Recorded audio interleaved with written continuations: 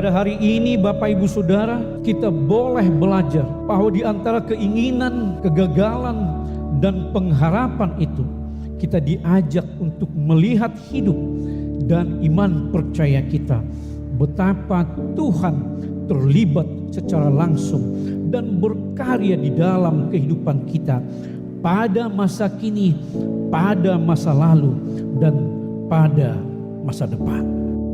Yang pertama Bapak Ibu Saudara, hari ini kita diajak untuk menghayati pengalaman-pengalaman kita sekarang ini sebagai sebuah kenyataan.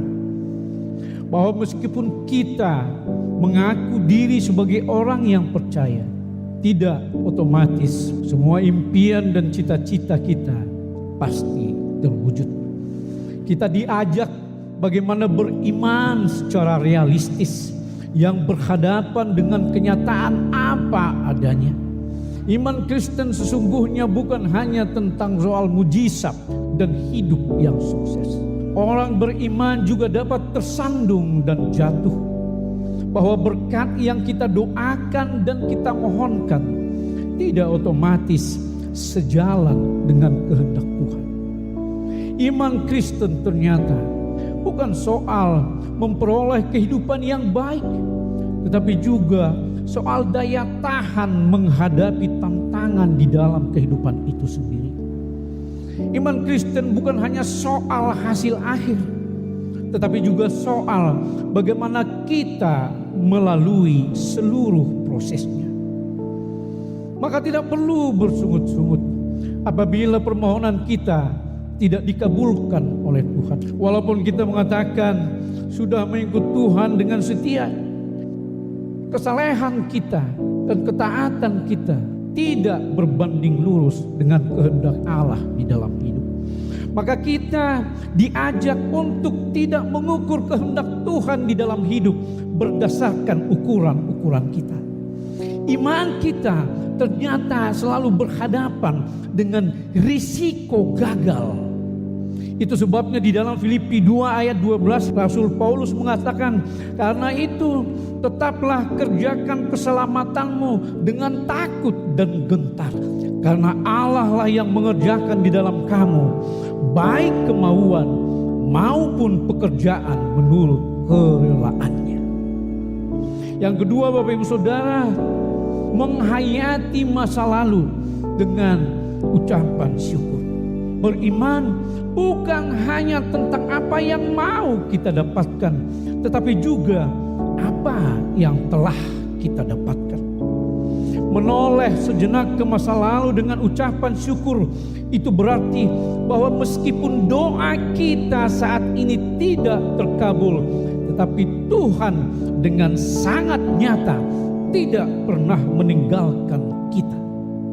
Di Roma 8 ayat 28, Tuhan turut bekerja dalam segala sesuatu yang mendatangkan kebaikan bagi hidup kita semua.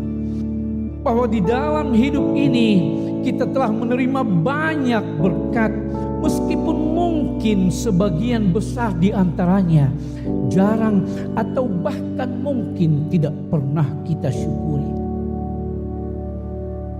Kita diajak untuk mensyukuri bahwa dengan segala kelebihan dan kekurangannya, bukankah pasangan kita, istri atau suami, yang mungkin tidak seperti yang kita harapkan setiap hari, tetapi lihatlah di masa lalu, bukankah dia orang yang paling setia mendampingi kita ketika kita jatuh dan jatuh di dalam kehidupan ini?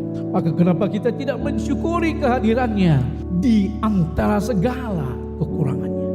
Dengan segala kelebihan dan kekurangannya, dengan seluruh keuntungan dan kerugian yang ada, bukankah pekerjaan dan usaha kita yang sekarang adalah karunia Tuhan bagi kita?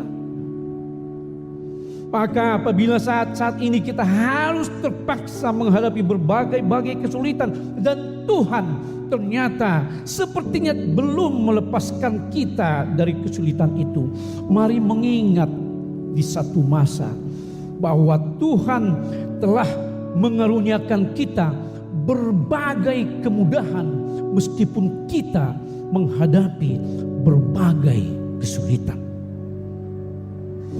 Yang ketiga, Bapak Ibu Saudara, pada hari ini kita diajak untuk menghayati masa depan dengan penuh pengharapan.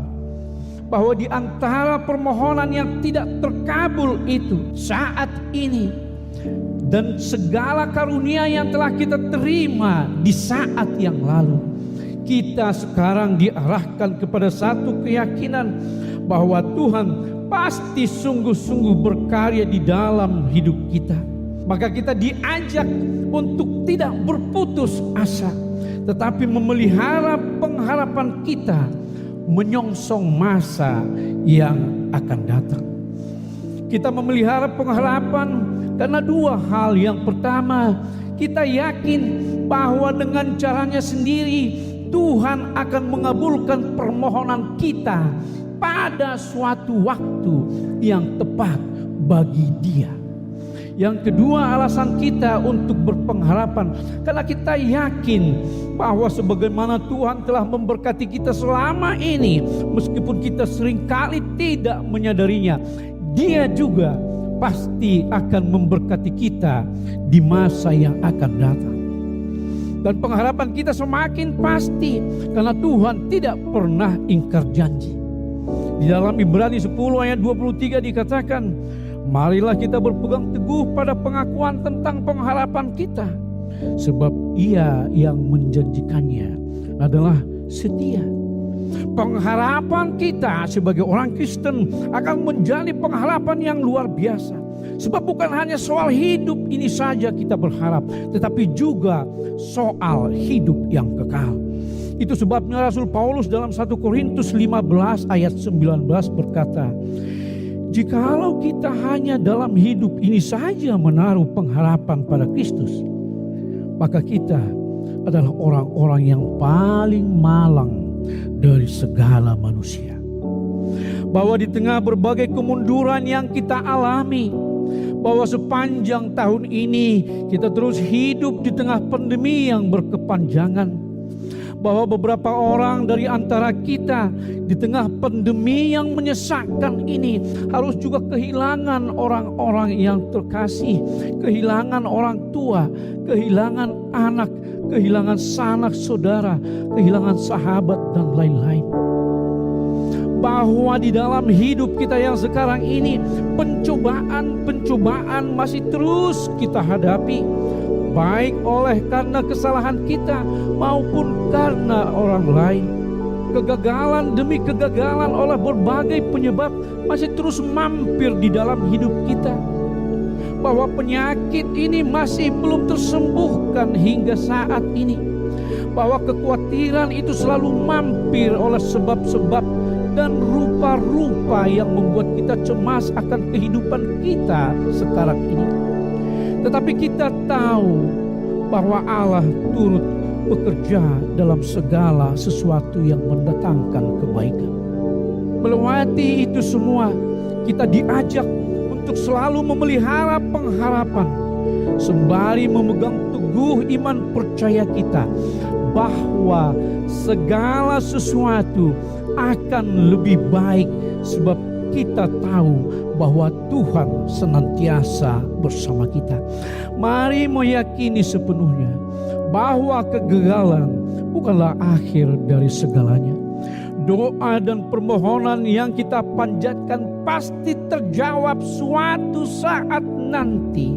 Bahwa Tuhan yang mengasihi kita di masa lalu, Dia masih tetap mengasihi kita pada saat ini dan akan selalu mengasihi kita hingga nanti.